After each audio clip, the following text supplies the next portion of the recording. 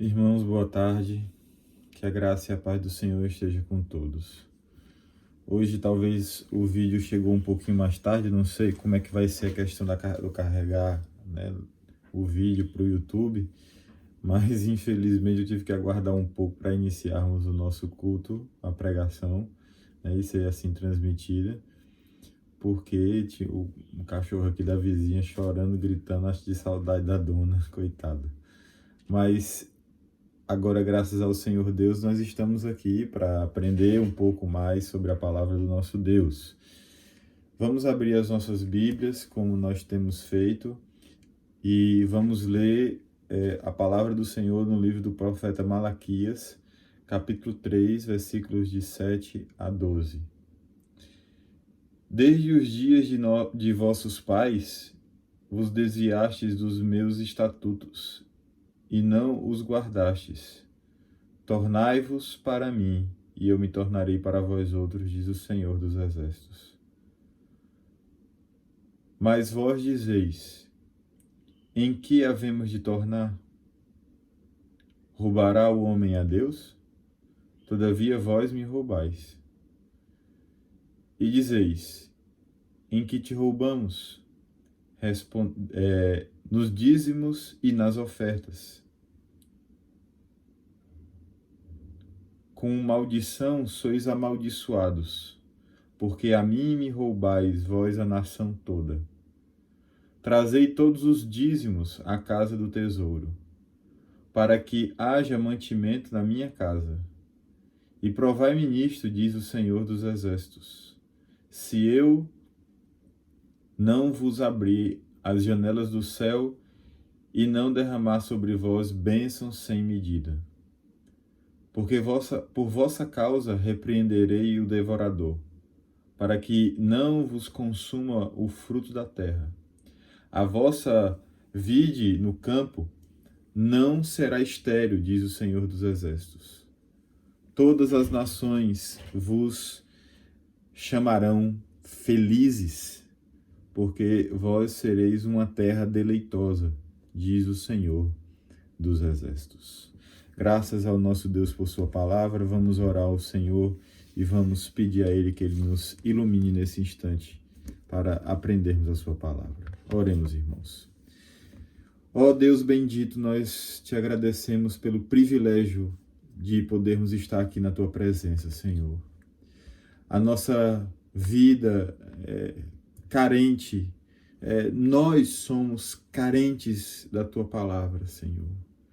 Nós necessitamos, ó Deus, ouvir a tua voz. E agora nos ajuda, Senhor.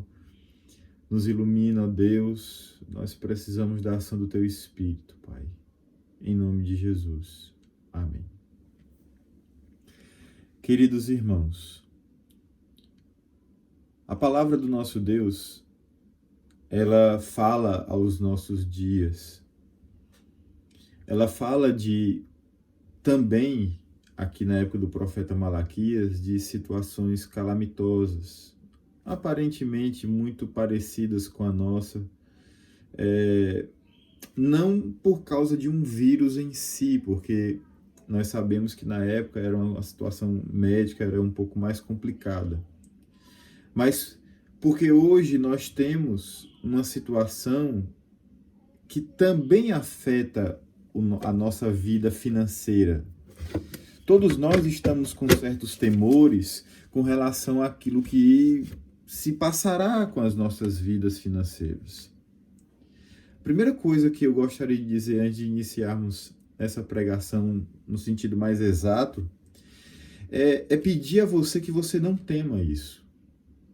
A Bíblia, independente de qualquer circunstância, diz que o nosso Deus nos prometeu que um justo não mendigaria o pão, mas pelo contrário, poderia pedir a Deus todos os dias o pão de cada dia e Deus supriria as suas necessidades. Vamos confiar nisso, irmãos. E é justamente por isso, queridos, que o tema do nosso sermão hoje não é dízimo e oferta, como provavelmente muitos de nós até pensaríamos que um texto como esse nos levaria a falar. Pelo contrário, Nós estamos aqui falando sobre um tema muito importante em tempos de calamidade, em tempos de dificuldade financeira, em tempos de dificuldades gerais dentro de uma nação, quando as pessoas estão começando a falar que as suas necessidades não estão sendo supridas, ou elas não estão prosperando como elas imaginavam que prosperariam.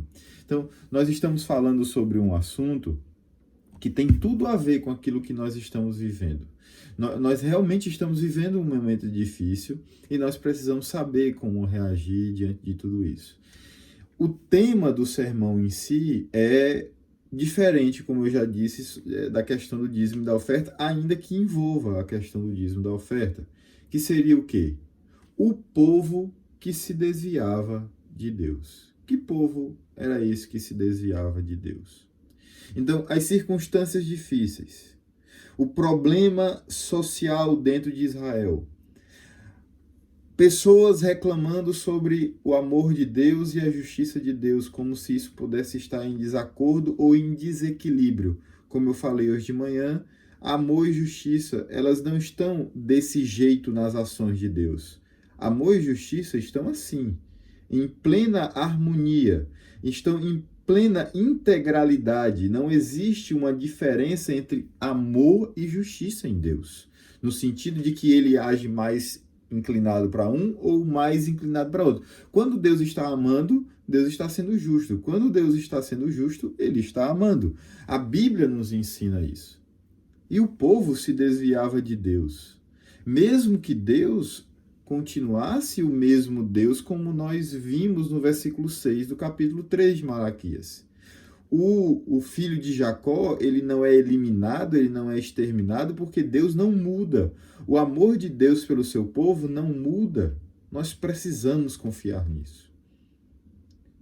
E, infelizmente, irmãos, nem sempre nós realmente somos tão atentos ao fato de podermos estar, infelizmente, nos rebelando contra Deus com algumas atitudes, com algumas palavras, com algumas ações.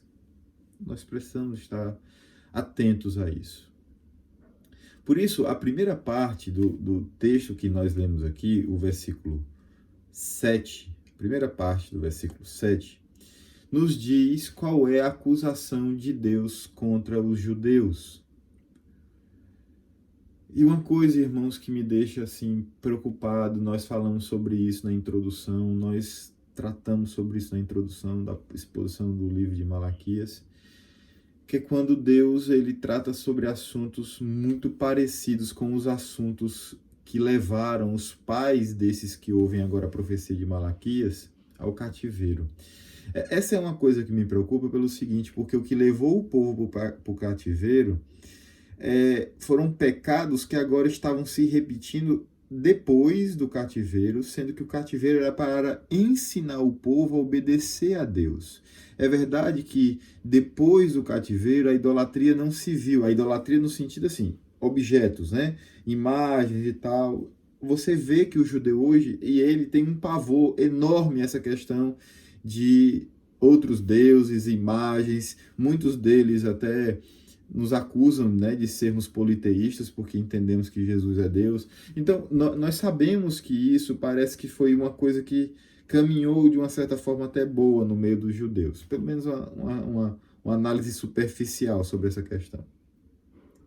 Mas outros problemas ainda estavam aparecendo, inclusive um deles que nós vamos depois aqui mencionar no futuro, que está lá no capítulo 2, que eu pulei uma sessão, fala sobre essa questão do crente se juntando com um descrente, isso sendo um ato de idolatria.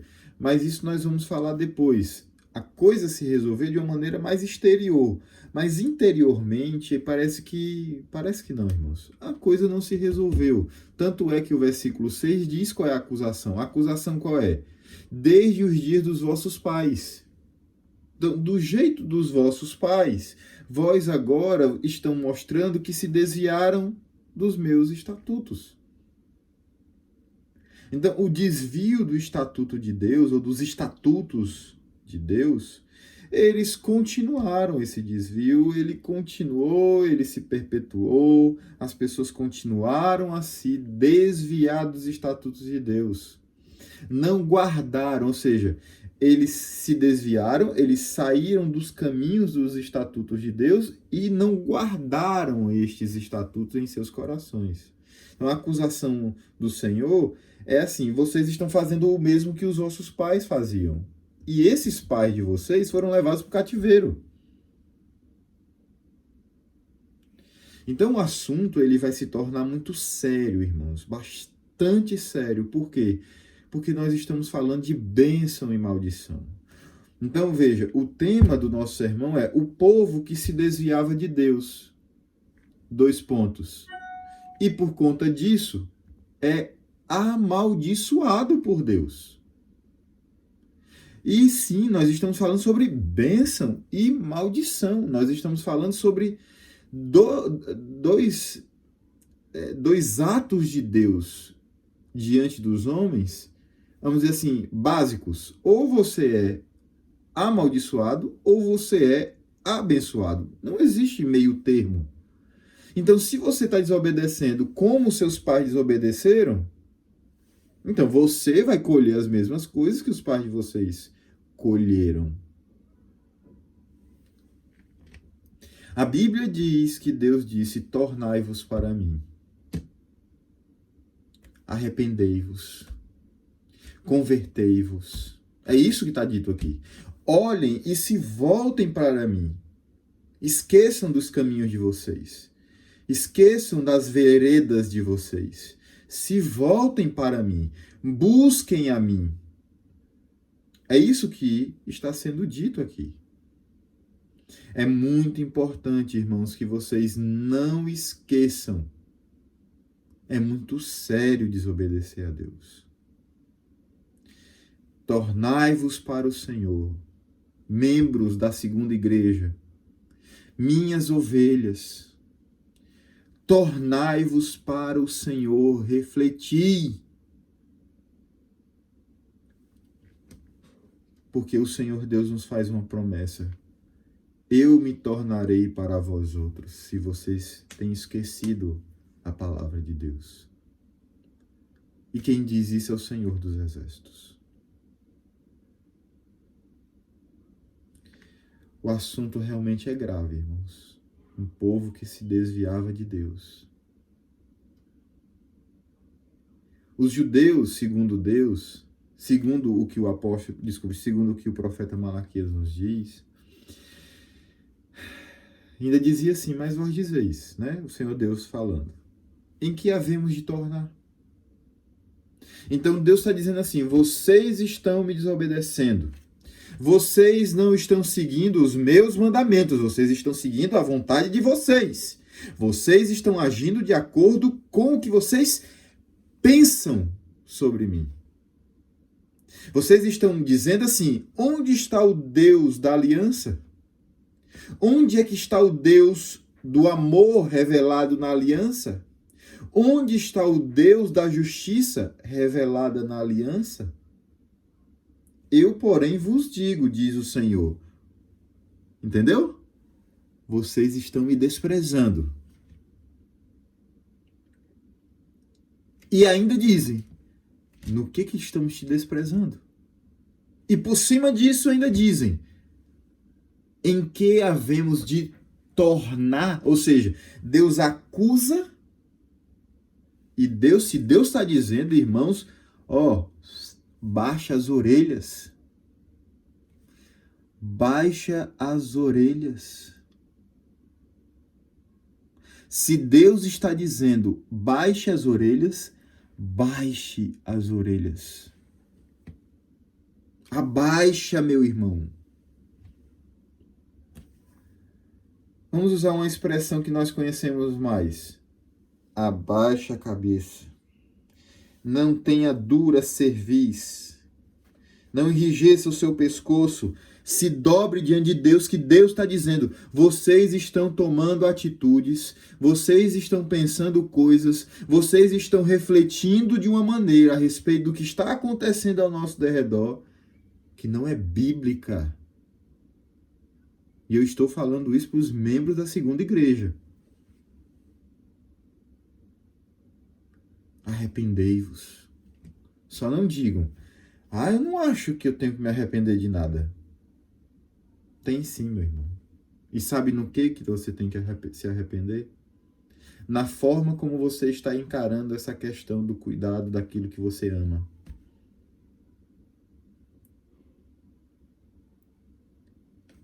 Olha como é que o nosso Deus responde quando ele revela o desprezo daquele povo, dizendo que eles não querem se tornar, se arrepender, se voltar para Deus, convencidos de que o caminho que tomaram é errado e agora voltam para o caminho de Deus, que é isso que é basicamente o arrependimento.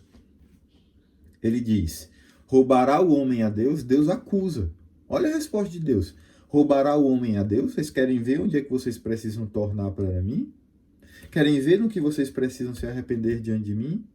O homem rouba a Deus? O homem quebra o 8º mandamento? Vocês têm quebrado o 8º mandamento? Eu vou dizer no quê? Vocês me roubam, sim. Vocês são ladrões. E vocês sabem por que eu estou dizendo que vocês me roubam? Nos dízimos e nas ofertas, vocês me roubam lá. E o povo judeu ainda dizia assim: em que te roubamos? Porque, irmãos, como é que estava a situação? Eles achavam que por causa das dificuldades, eu volto a repetir isso, por causa das dificuldades em que eles se encontravam, agora eu posso deixar de dar os meus dízimos e minhas ofertas. Por causa da situação em que me encontro, por causa do medo que eu tenho do que vai acontecer no futuro, eu deixo de cumprir os meus deveres para com o culto. Porque o dízimo e a oferta, irmãos, não é simplesmente não dar dinheiro ou não dar os bens, que no caso naquela época se davam a parte dos bens, né? Cereais, etc e tal, além de dinheiro, aqueles que tinham dinheiro, além, né, de todas as coisas que nós já sabemos, nós não vamos entrar aqui nesse assunto. Isso tem a ver com a negligência também do culto, porque sem os dízimos e sem as ofertas, o culto seria prejudicado, irmãos. Basicamente, o culto ele funcionava à base das ofertas. Se não levassem carneiros, se não levassem ovelhas, se não levassem novilhas, se não levassem as pombas, porque os mais humildes deveriam levar pombas, os que tivessem condições, novilhas, que são, né, animais em descompasso, né, cada um levando aquilo que tinham que levar segundo as suas posses de oferta. E dízimo é uma coisa que se acomoda a todos os ganhos. Se você ganha R$1, você tem que dar dízimo de R$1. Se você ganha 10 milhões de reais, você tem que dar dízimo sobre 10 milhões. Ou seja, não existe coisa mais sábia nessa terra do que aquilo que Deus fez. Cada um contribui segundo aquilo que Deus deu de condição a cada um. A oferta é de acordo com a sua condição. O dízimo, da mesma maneira, porque é dízimo sobre 1 milhão, dízimo sobre R$1. Não importa. Mas porque eles não conseguiam ver a justiça de Deus nisso, e nenhum princípio de justiça nisso, como por exemplo, nós deveríamos ser contra, com todas as forças do nosso ser, ao imposto progressivo. Quem é pobre dá menos, quem é rico dá mais. Deus não foi sábio nisso, irmãos? Então aqui eu estou dando um exemplo de como é que Deus está tratando o coração das pessoas. Não é questão de dinheiro, Deus não precisa do dinheiro de ninguém. Mas, irmãos, onde é que primeiro nós vamos encontrar socorro e refúgio, a não ser na presença de Deus? Se você prejudica o culto, se você não tem uma estrutura litúrgica, se você não tem líderes espirituais, se você, por exemplo, não tem pastor, não tem lugar para cultuar, não tem pessoas que se dediquem a pastorear o rebanho de Deus, qual é o nível de importância que você está dando ao Senhor? Zero. É Deus que está dizendo isso. Você está desprezando, você está se desviando e não está atendendo à repreensão de Deus diante da exigência de Deus, que é de você retornar para Ele. Olha como é belo esse argumento, irmãos. Olha como é um argumento bíblico que realmente desmonta o nosso coração e faz com que nós percebamos o quanto nós devemos confiar em Deus, porque era isso que o povo não estava fazendo, irmãos. Ao invés de seguir os conselhos de Deus, ao invés de seguir os estatutos, que aqui não é nem conselho a palavra que ele coloca, justamente para que não seja assim, você segue se você quiser. Não, estatutos são coisas fixas, ou seja, Deus estabeleceu uma palavra, ela não pode ser modificada, não pode ser alargada e nem pode ser diminuída. Nós precisamos andar nesse estatuto, não pode ser mudado. E o estatuto que Deus estabeleceu é que nós deveríamos confiar nele, não olhar para as circunstâncias como determinantes para aquilo que vai ser o nosso futuro, mas sempre olhar para Deus e cumprir os nossos deveres agora, não amanhã, agora. Agora nós precisamos obedecer. Amanhã é outro dia. Basta o seu dia, basta o mal, cada dia o seu mal. Basta que em cada dia nós lutemos e enfrentemos os males de cada dia. Por isso nosso Deus disse, livra-nos do mal. E na mesma oração disse, pão nosso de cada dia, não o pão de amanhã. Então a obediência é hoje. O cuidado de Deus é hoje, amanhã o Senhor nos entregará aquilo que nós necessitamos. A saúde. Olha que todo mundo agora só pensa na sua saúde. O dinheiro, todo mundo pensando no dinheiro de amanhã. Nós podemos pensar diferentes. Nós podemos dizer o seguinte, eu tenho que cuidar hoje da minha vida espiritual, se eu estiver vivo amanhã eu vou cuidar da minha vida espiritual e vou plantar a minha vida espiritual para colher uma vida espiritual. Veja, você quer ser realmente uma pessoa abençoada? Ponha o seu lugar no lugar correto. Desculpe. Ponha o seu coração no lugar correto. Onde estiver o teu coração, aí estará o teu tesouro. É simples. Por isso, o nosso Deus não poupa palavras severas. Ele vai, a partir do versículo 9, emitir bênçãos e maldições, irmãos. Já pensou? O Deus que as pessoas pregam hoje não é um Deus que pronuncia maldições. Não é um Deus que pronuncia punições. Não é um Deus que impõe sofrimento a algumas pessoas. Como eu disse hoje de manhã, essa situação toda é punição de Deus, irmãos, contra essa terra. E, infelizmente, uma disciplina muito severa para alguns homens, crentes, para algumas mulheres, crentes, para algumas famílias, crentes. Seja o material, seja no coração, seja ao revelar um coração ímpio, que nessas horas aqui não está agindo como crente. Qual é a maldição que Deus pronuncia? Simples, a maldição. Com maldição sois amaldiçoados. Vocês que estão se desviando do caminho do Senhor, dos estatutos de Deus, e que ao serem repreendidos a voltarem para o caminho de Deus, não fazem isso, você, meu irmão, com maldição será amaldiçoado.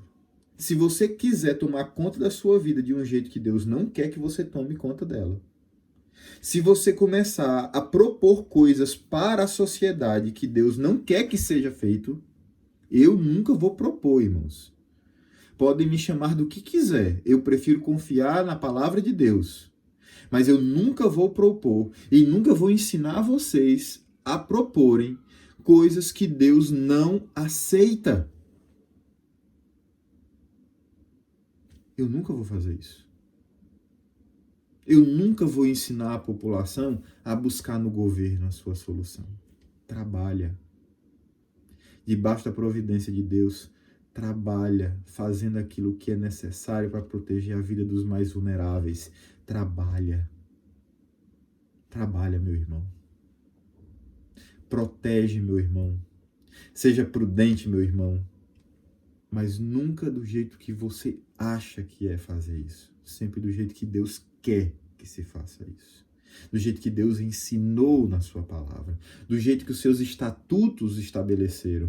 Nunca do nosso jeito. E isso é maldição para nós, irmãos. Porque quem criou esse mundo, quem estabeleceu as regras deste mundo e quem está conduzindo este mundo é Deus. Ai daqueles que estiverem fora desse propósito soberano de Deus. Ai daquele. Não vai escapar. Com maldição sois amaldiçoados. Por quê? Porque a mim me roubais, vós a nação toda. Ou seja, não havendo, porque o povo está roubando a Deus os dízimos nas ofertas, a casa do tesouro estará vazia. Que é isso que o início do versículo 10 nos diz. A casa do tesouro estará vazia. A casa do tesouro não vai ter o seu mantimento. A casa do tesouro, irmãos, era um local que foi feito no templo para armazenar os bens que as pessoas traziam para o sustento do templo. E o que era o sustento do templo? A execução dos cultos, o sustento dos sacerdotes e dos levitas, e assim 10% disso ajuda os vulneráveis.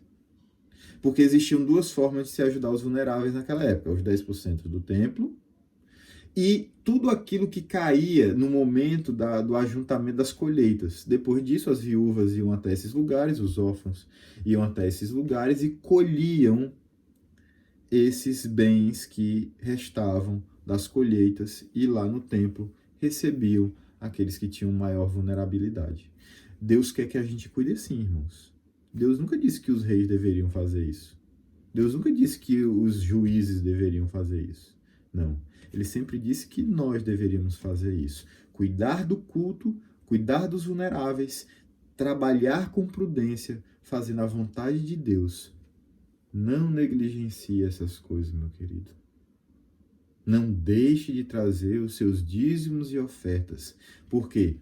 Porque agora nós não temos mais um templo. Agora nós não temos mais o sistema sacrificial.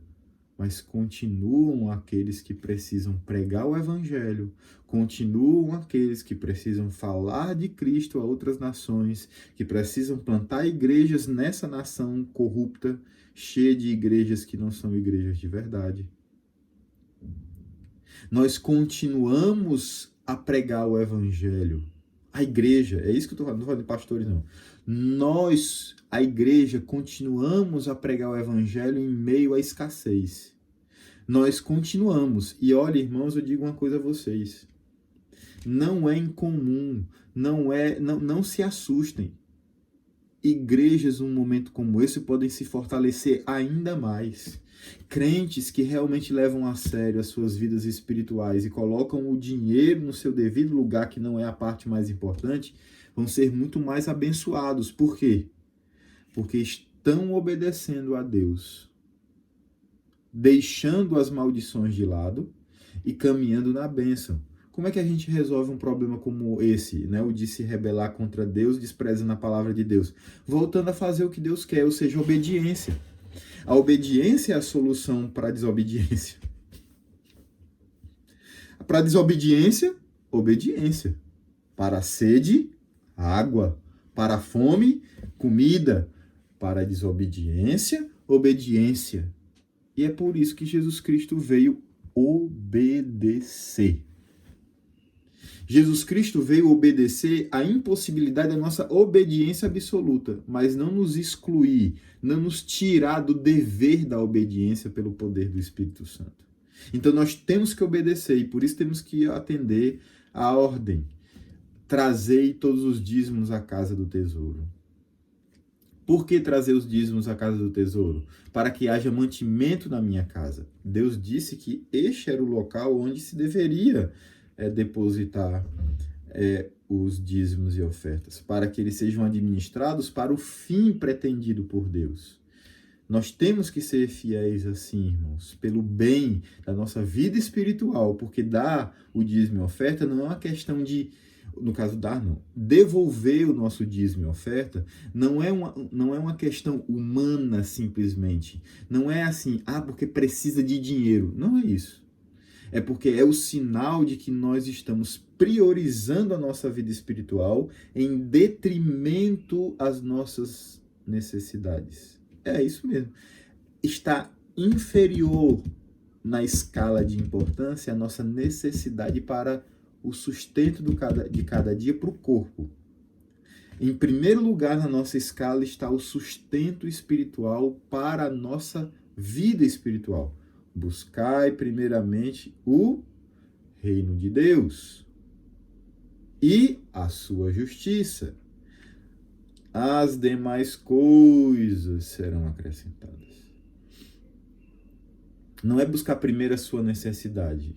Suprindo-a, conseguiremos buscar o reino de Deus. Não é isso. Veja como os princípios eles estão bem organizados. É como o jejum, irmãos. Jejum é isso. É você dizer assim, em tempos de calamidade eu posso abrir mão da comida e da bebida. Nós estamos chamando vocês para jejuar e orar. Por que nós estamos chamando isso? Enquanto o mundo está falando de escassez, de recessão, de doença, de falta de comida, de tudo isso, eu estou dizendo assim, fique com fome. Em nome do Senhor Deus, como ministro dessa igreja, eu chamo vocês para para jejuar e para orar. Eu estou dizendo, parem de comer. Enquanto o mundo quer comer, vocês estão parando de comer porque reconhecem que Deus é o Senhor da vida de vocês e Ele nunca vai deixar faltar nada a vocês. Como eu disse, o povo de Israel ia para o templo cantando, louvando a Deus e deixava suas propriedades para trás, irmãos. Festas que duravam um mês. Veja, irmãos, esse é um ato que transcende o dinheiro, a quantidade de dinheiro. Se você ganha R$1.000 por mês, o seu dízimo é tão importante quanto aquele que dá R$1.000 de dízimo. Porque não é o dinheiro, entenda, é o seu coração. Onde está o seu coração, aí estará o seu tesouro. Com o que você mais se importa na sua vida? Continuar nos caminhos de Deus, cumprindo os estatutos do Senhor, ou agarrando o mundo com as suas unhas, achando que depende do seu trabalho, o sustento de cada dia. Deus dá aos seus filhos enquanto dormem. Lembrem-se disso, irmãos. Não caiam no desespero. Não entrem numa histeria. Se você precisa trabalhar, quem vai te impedir de trabalhar? Ninguém tem esse poder de te impedir de trabalhar. Continue trazendo o pão de cada dia para sua família com prudência, irmãos. Eu disse isso hoje de manhã e repito. Se você não for uma pessoa moderada, ponderada, você não expressará na sua vida a verdade do Evangelho. Não expressará. Lembre-se disso. Você não expressará. Por isso, meu querido irmão, quais são as bênçãos que você vai receber obedecendo a tudo isso? A Bíblia diz, no final do versículo 10, que provai-me nisto, diz o Senhor dos Exércitos, se eu não vos abrir as janelas do céu e não derramar sobre vós bênçãos sem medida. Primeiro, provai-me. Ou seja, vocês vão poder experimentar. E eu estou dizendo, experimentem de mim. Busquem a mim. Não é botar Deus em prova, não. É experimentem como é que eu vou abençoar vocês se vocês me obedecerem. É isso que Deus está dizendo. Isso aqui é um conto proverbial, vamos dizer assim.